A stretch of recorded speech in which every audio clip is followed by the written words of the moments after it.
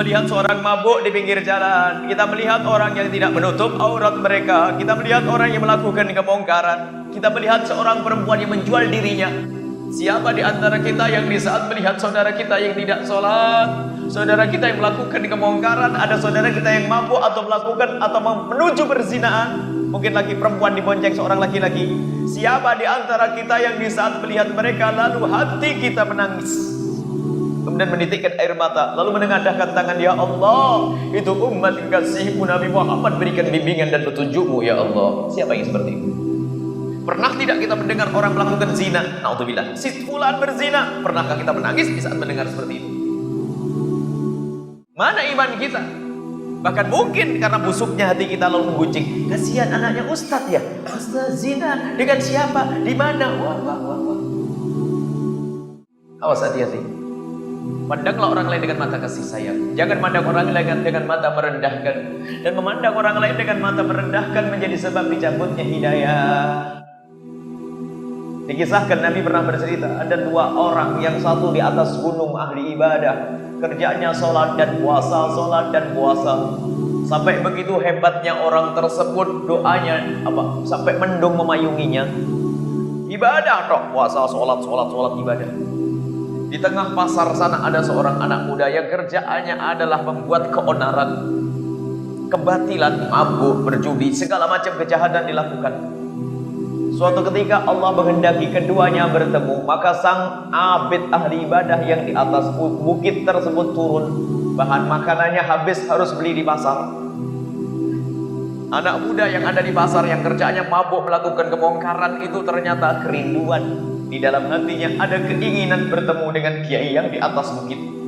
Pokoknya saya pengen kesana minta doa deh, saya sudah bejat bener, barangkali didoakan saya bisa bener, saya jadi baik. Naiklah sang preman, naiklah sang anak muda yang bejat tersebut, naik ke atas bukit. Sang kiai, sang ustadz yang ahli ibadah turun dari atas bukit. Berpapasanlah mereka berdua di tengah jalan setapak. Bukan seperti jalan sekarang, jalan aspal besar begini, bukan, tapi jalan setapak. Jika tidak ada yang mengalah, maka tidak akan bisa melanjutkan perjalanan. Sang anak muda yang katanya bejat tersebut, di saat melihat sang ustadz, sang ahli ibadah di hadapan matanya, kaget dia. Astagfirullahaladzim, kok ketemu di sini? Saya belum siap ketemu di sini. Sampai begitu kagumnya, terduduk sang anak muda tersebut di jalan setapak. Dan dia minggir di jalan setapak dengan memberikan isyarat dengan tangannya yang artinya silakan. Sang ahli ibadah tak kenal betul ini preman jago mabuk, zina, segala macam melakukan dosa. Dia tahu di saat melihat preman tersebut dengan pandangan, mau kemana dia nak berarti? Tidak mengucapkan assalamualaikum, hendak kemana engkau? Tidak menyapa dengan lembut, apalagi di saat sang anak muda tersebut memberikan isyarat dengan tangannya, begini nih, silakan. Wah, sang ahli ibadah merasa berhak dihormati. Ya memang saya berhak dilompat begitu saja, tanpa ada tegur sapa yang baik. Apa sabda Nabi SAW? Lihat, orang yang katanya ahli ibadah tersebut karena telah memandang orang lain dengan mata merendahkan, maka itu menjadi sebab hidayahnya dicabut oleh Allah.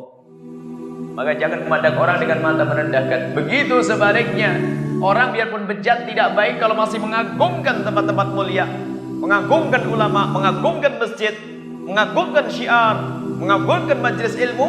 Ya. Ada orang tidak sholat, mula-mula tidak sholat, tapi kalau ada majelis taklim langsung membantu, diam-diam, menghormat. Lihat pada akhirnya dia harus tobat.